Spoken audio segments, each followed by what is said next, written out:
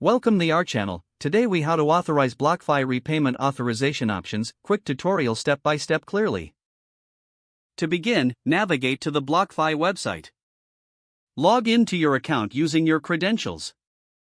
Once logged in, locate the account dashboard. On the dashboard, find the repayment section.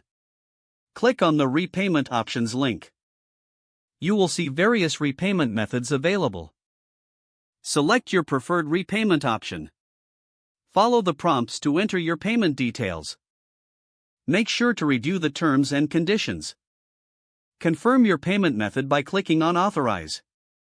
A confirmation message will appear on the screen. Check your email for a confirmation notification. Once received, your repayment option is now set.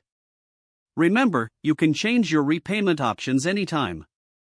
That's the process to authorize BlockFi repayment authorization options quickly. If the page does not load, refresh the browser or try again in a private or incognito window. Make sure you are using the correct email address, then retype it carefully to avoid small typos. If your password is not accepted, use the reset option and create a new strong password you can remember. Check your spam folder for verification or security emails, then complete any requested confirmation steps. Enable two-factor authentication if available to improve account security and reduce unauthorized access risk. After signing in, review your profile details so your contact information and settings are accurate and current. If you see an error message, note it down and try again after restarting your device and internet connection. Log out when you finish, especially on shared devices, to keep your account and payment information secure.